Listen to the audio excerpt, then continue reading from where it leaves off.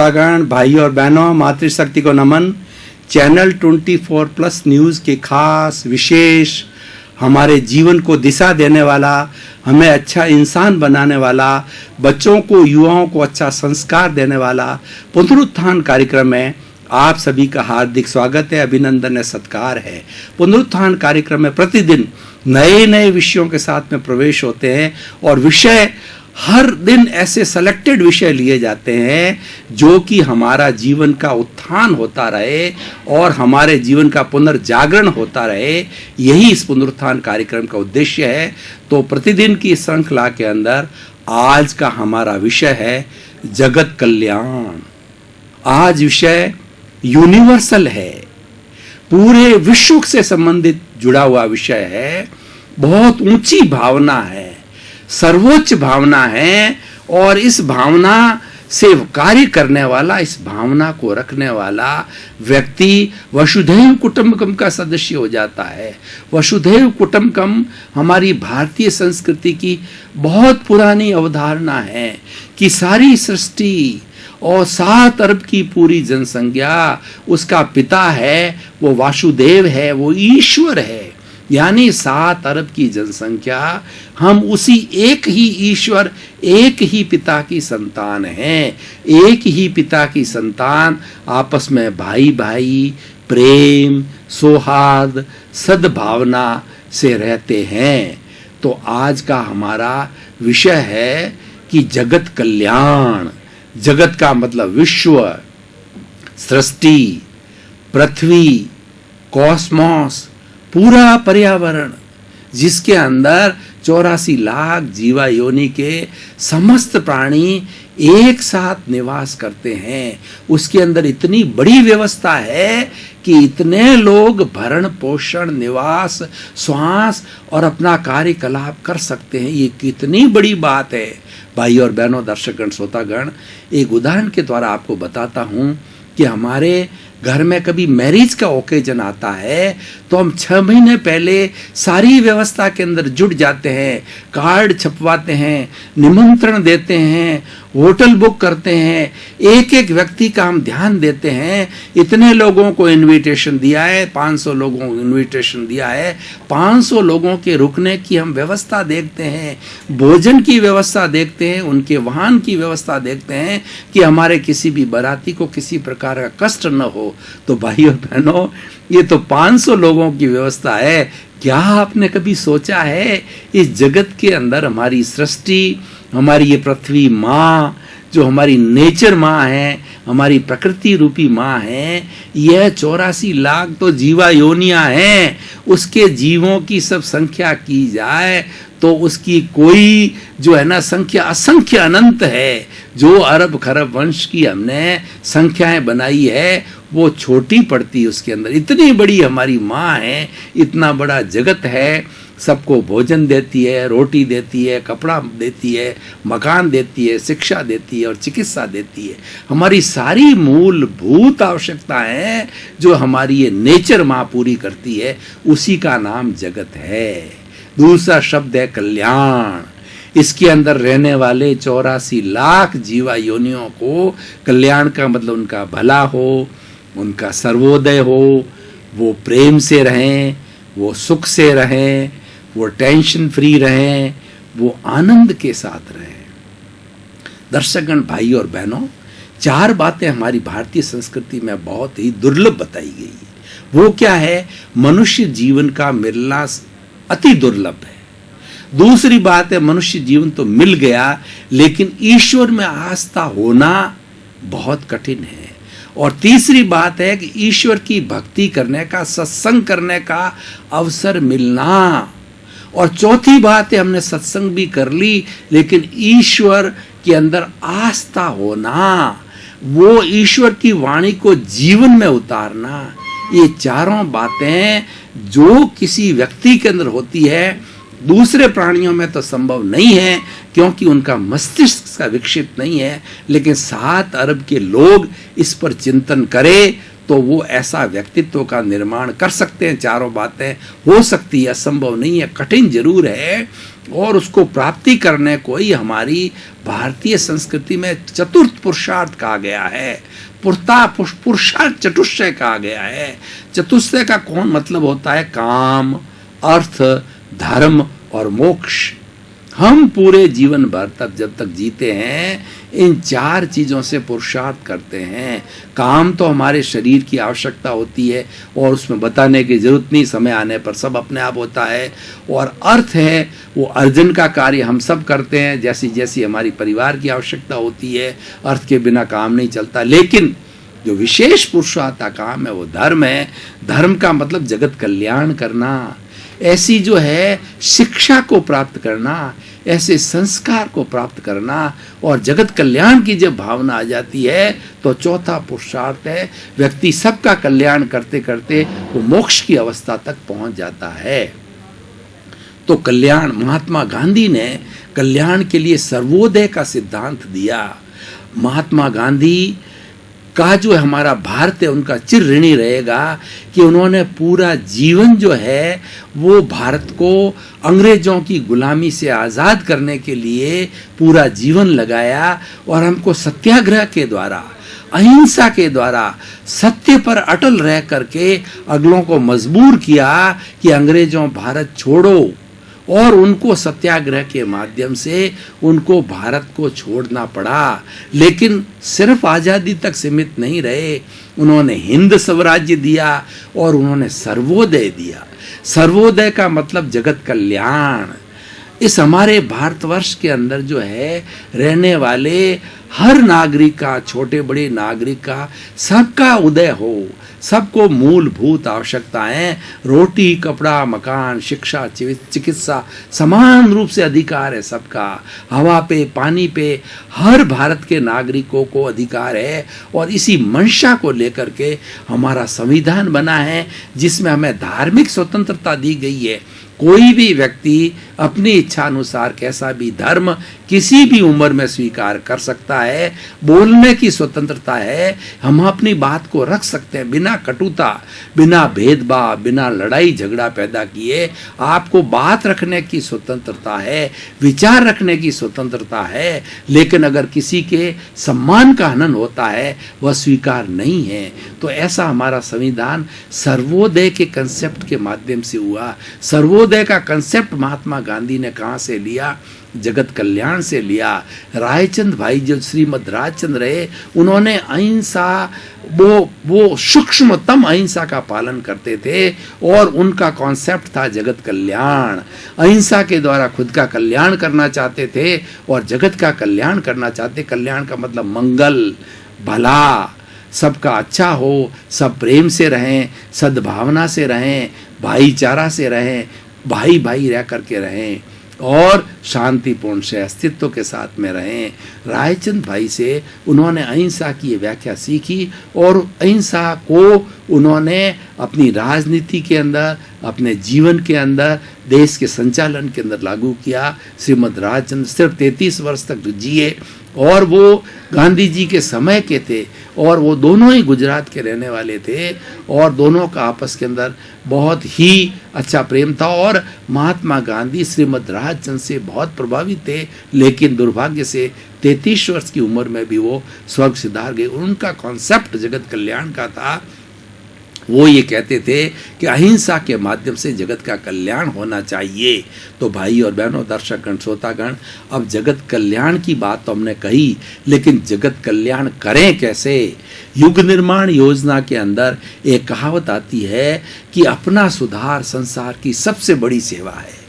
कोई व्यक्ति ये कहे कि मैं तो इस दुनिया के अंदर आया हूँ, मुझे सेवा करनी चाहिए, क्यों? मेरे पर ऋण है। हर व्यक्ति पे 4 तरह के ऋण होते हैं। सबसे पहला देव ऋण होता है, दूसरा होता है गुरु ऋण होता है, तीसरा पितृ ऋण होता है और चौथा समाज का ऋण होता है।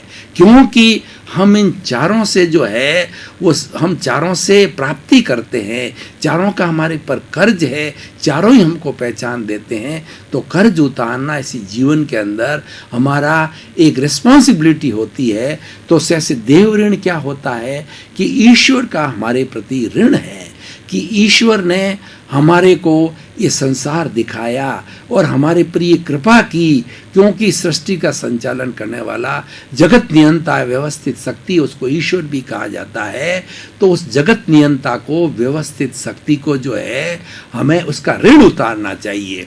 वो देव ऋण कैसे उतारा जाता है कि जिस जिस व्यक्ति का जो जो इष्ट हो, क्योंकि हमें धार्मिक स्वतंत्रता है, हर एक का जिस जिसके प्रति श्रद्धा हो उस ईश्वर का भजन करना, उस ईश्वर का नाम लेना, उस ईश्वर की माला फेरना, उस ईश्वर के प्रति श्रद्धा रखना, उस ईश्वर के मंदिर में जाना, ये सारा जो कार्य है हमें देव ऋण उतारता है। गुरु ऋण, गु का मतलब होता है अंधकार, रू का मतलब दूर करने वाला। गुरु ऐसा व्यक्ति होता है जो अंधकार को दूर करता है।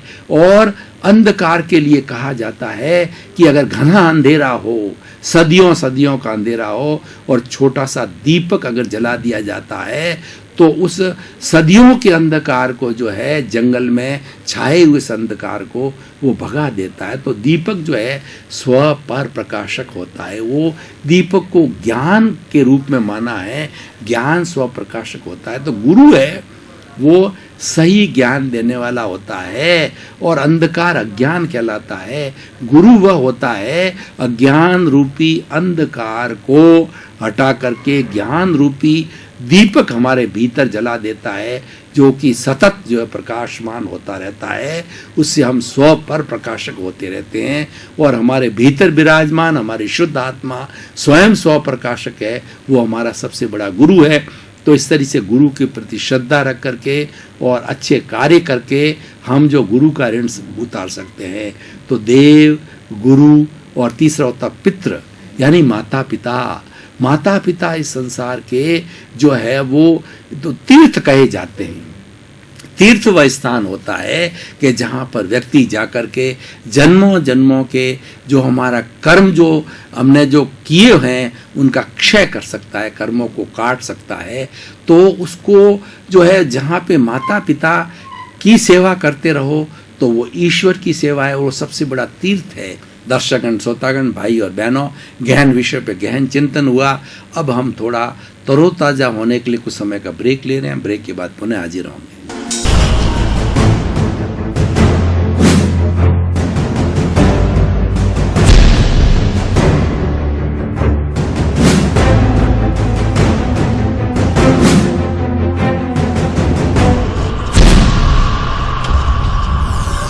बाद में हम मानसिक रूप से, शारीरिक रूप से तरोताजा महसूस कर रहे हैं और हमारे गहन विषय पर गहन चिंतन पुनः प्रारंभ कर रहे हैं।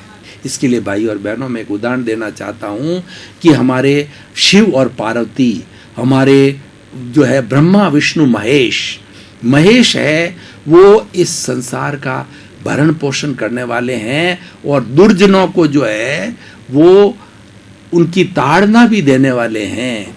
तो उन शिवजी के जो है दो पुत्र थे, गणेश जी और कार्तिकेय। अब शिवजी ने ये कहा कि भाई तुम दोनों जो है, प्रथम वो आएगा जो सारे ब्रह्मांड का भ्रमण करके पहले हमारे पास में शिव पार्वती के पास में आएगा, वो जो है सारे ब्रह्मांड विजेता होगा, प्रथम कहलाएगा। जो गणेश जी शरीर से भारी थे, कार्तिक हल्के थे, उनके वाहन जो बहुत द्रुत गति से गरुड़ दौड़ने वाला था, फ्लाइट के हिसाब से दौड़ने वाला था, और गणेश जी का जो वाहन था मूषक चूहा था।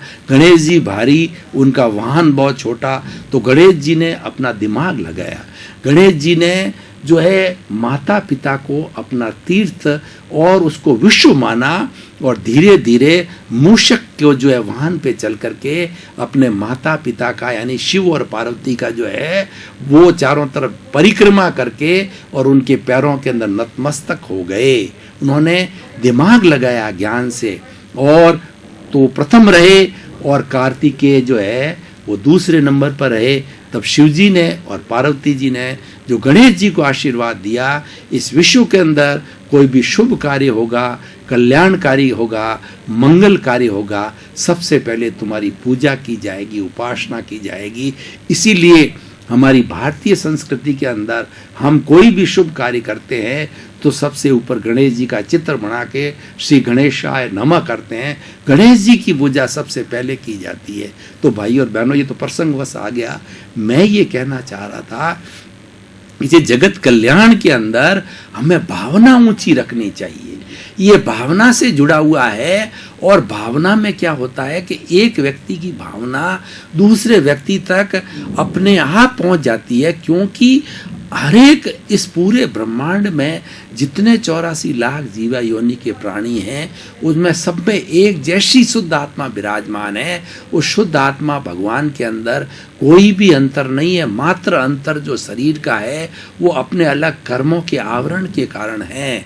तो जब हम किसी के प्रति शुभ भावना करते हैं, ऑटोमेटिकली उस व्यक्ति के प्रति उसके दिमाग में शुभ भावना आ जाती है।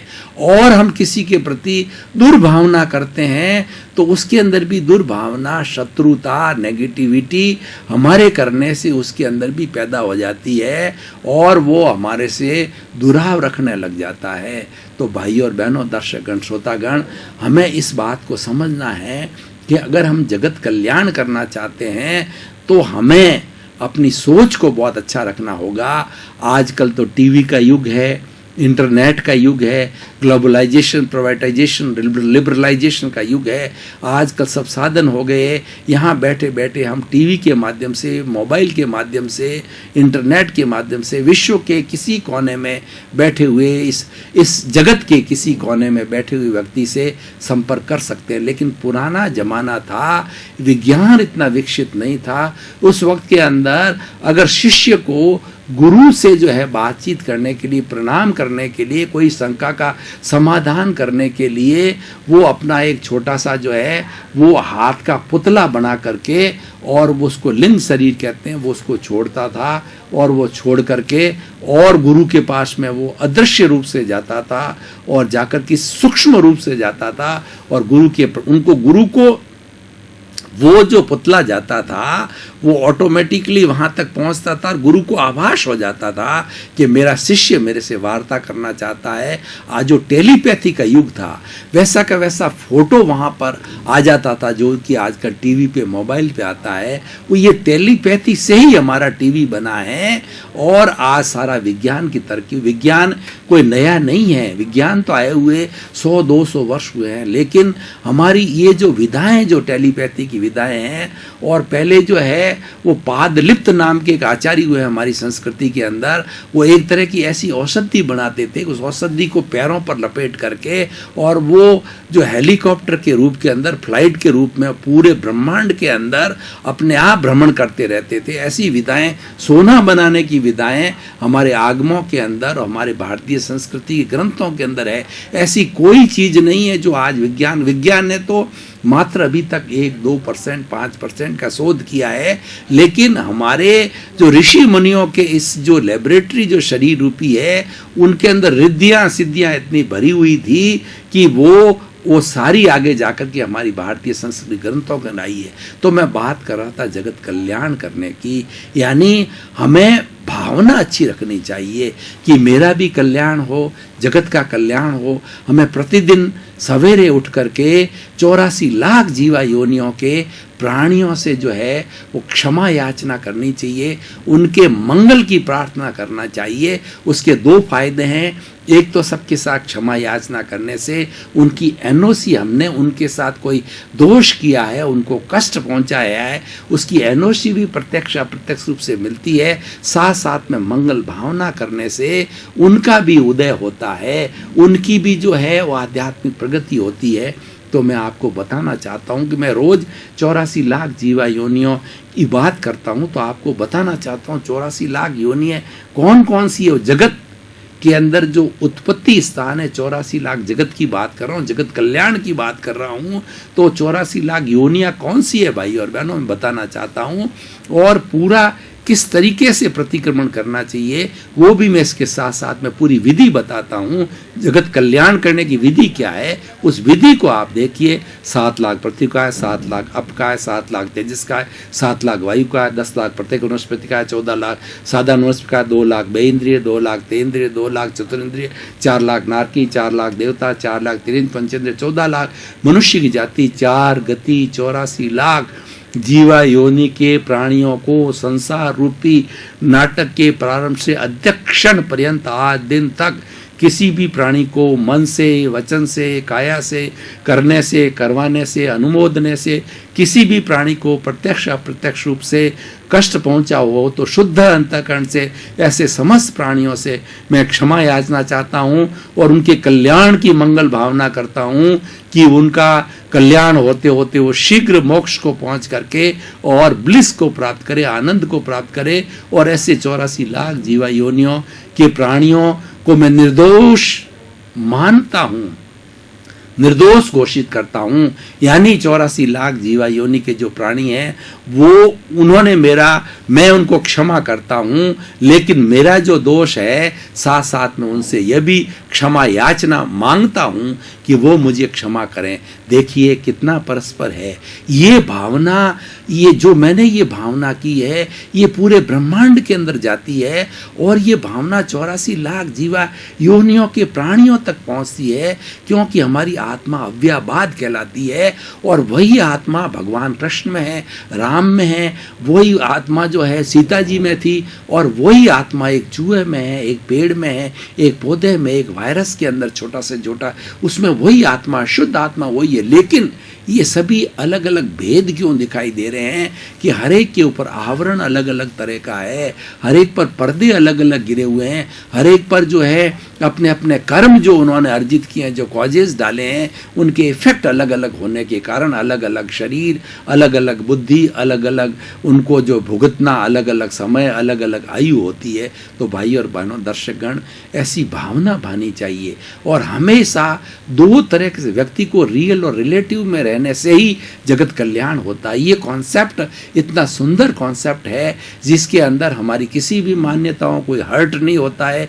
किसी भी उपासना कोई भी करने वाला व्यक्ति वो मानव मात्र होना चाहिए और कोई भी इसमें भाषा में, लिंग में, धर्म में और किसी तरह के भेदभाव के अंदर इसका कोई प्रभाव नहीं है। हर एक इसमें शामिल हो सकता है जगत कल्याण के अंदर। वो क्या है कि रियल और रिलेटिव का कॉन्सेप्ट। रियल में क्या है, रियलिटी में हम क्या हैं, और उसके बाद रिलेटिव। रियल और रिलेटिव दो चीजें हैं। तो रियल के अंदर हम जो है शुद्ध आत्मा है, तो इसीलिए रियलिटी के अंदर जगत के सब जीवों में शुद्ध आत्मा का दर्शन कर दिव्य दृष्टि से उनको नमन करता हूँ।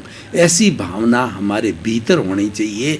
ये जगत कल्याण की ओर हमें ले जाती है। चाहे आप पेड़ हो, चाहे पौधा हो, किसी को कहने की आवश्यकता नहीं है, नाटक करने की जरूरत नहीं है, कुछ बनने की जरूरत नहीं है, दिखावे की जरूरत नहीं है।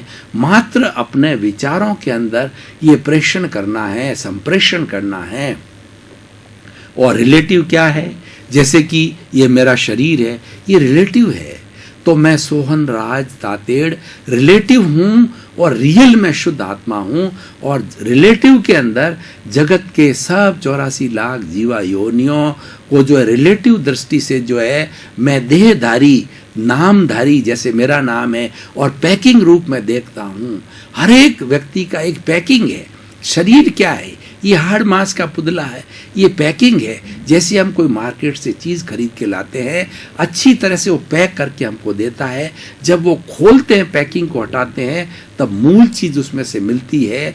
तो उसी तरीके से इस शरीर को जब फाड़ा जाता है और तो या जलाया जाता है तो इसमें से सब चीज़ निकल जाती है, लेकिन इसमें भीतर विराजमान शुद्ध आत्मा भगवान उसके पहले ही निकल जाता है। तो रियल और रिलेटिव का कॉन्सेप्ट जो है जगत कल्याण करने के लिए बहुत उपयोगी है, क्योंकि सिद्धांत के साथ साथ के अंदर हमें प्रयोग आना चाहिए, उसकी अप्लाइड एप्लीकेशन आनी चाहिए। जब तक कोई भी सिद्धांत अप्लाइड नहीं होता है तब तक वह सारगर्भित नहीं होता है और लोग प्रैक्टिकली इसको कर नहीं सकते हैं। इसलिए जगत कल्याण करने की जिसकी भावना हो उसको 84 लाख जीवा योनि से इस तरीके से करना चाहिए। और साथ साथ में जगत कल्याण करने के लिए हमें अपनी दिन भर की दिनचर्या को नैतिकता से करना ही है। चाहे आप इंजीनियर हैं, चाहे आप डॉक्टर हैं, चाहे आप गृहिणी हैं, चाहे आप नेता हैं, चाहे भारत के प्रधानमंत्री हैं, चाहे राष्ट्रपति हैं, चाहे यूएनओ के बड़े बड़े हैं, चाहे कुछ भी हो आप, लेकिन वो करने के साथ साथ के अंदर आपके अंदर ये भावना है कि मैं ऐसे उच्च स्थान पर पहुंच गया हूं तो मेरा सिद्धांत जगत कल्याण का सिद्धांत होना चाहिए। यूनिवर्सलाइज योर कॉन्शियसनेस, हमारी कॉन्शियसनेस को पूरे यूनिवर्सलाइज कर दीजिए, पूरे यूनिवर्सल में फैला दीजिए कि यूनिवर्स के अंदर जितने भी हमारे जैसे जीव हैं उन सब के प्रति मेरा प्रेम, सौहार्द, सद्भावना और उनके प्रति विनय, उनके प्रति प्रणाम और उनके प्रति अच्छा भाव, उनके कल्याण की बात वो जगत कल्याण कहलाता है। तो भाई और बहनों, दर्शकगण, श्रोतागण, कितना बड़ा विशाल विषय है जो हमारी भारतीय संस्कृति के अंदर आता है और जो इस विचार को, मात्र इस विचार को सोचने वाला वो कितना महान व्यक्ति होता है।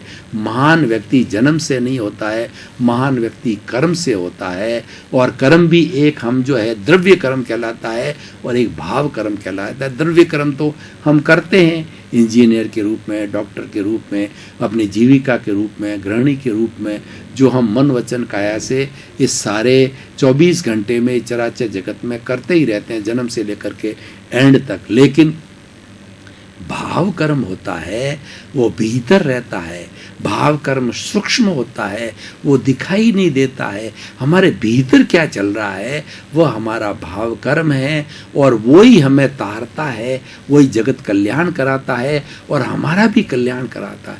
आखिर इस जगत कल्याण का जो मुख्य सिद्धांत ये है कि समस्त जीवों को सुख मिले, शांति मिले, आनंद मिले, अमन मिले और चैन मिले और सब बड़े एकदम अच्छी तरह से अपना जीवन यापन करते हुए और अल्टीमेट स्थिति मोक्ष की अवस्था आती है।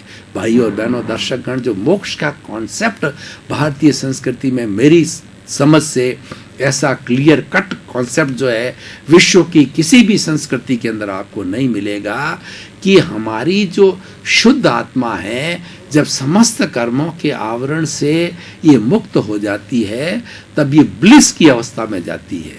यानी हम हर व्यक्ति सुख चाहता है, हर व्यक्ति जीना चाहता है, कोई मरना नहीं चाहता है। इसीलिए किसी का जान लेना, किसी को मारना बहुत बड़ी हिंसा है और वो उसको मारने का उसको कोई अधिकार नहीं है, क्योंकि उसको जन्म दिया इस पृथ्वी माँ ने दिया, इस नेचर माँ ने दिया, इस सृष्टि माँ ने दिया। जब तुमने उसका जन्म ही नहीं दिया, क्रिएशन ही नहीं किया, तुम उसको मारने का, उस प्राणी को मारने का तुम्हें क्या अधिकार है। दर्शकगण, श्रोतागण, भाई और बहनों, जैसा कि पुनरुत्थान कार्यक्रम का उद्देश्य है जगत कल्याण हो, सबका सर्वोदय हो, सर्वे भवन्तु सुखिनः सर्वे भवन्तु निरामया, संसार के, विश्व के 7 अरब की जनसंख्या के लोगों को आनंद, सुख, चैन, अमन मिले, ये हमारे पुनरुत्थान कार्यक्रम का उद्देश्य है और इसको हम पाना चाहते हैं अलग अलग विषयों के द्वारा। तो आपके प्रति मंगल भावना, शुभकामना, आपका जीवन आनंदमय, मंगलमय, शांतिमय, प्रेममय हो, आपके प्रति मंगल भावना, शुभकामना।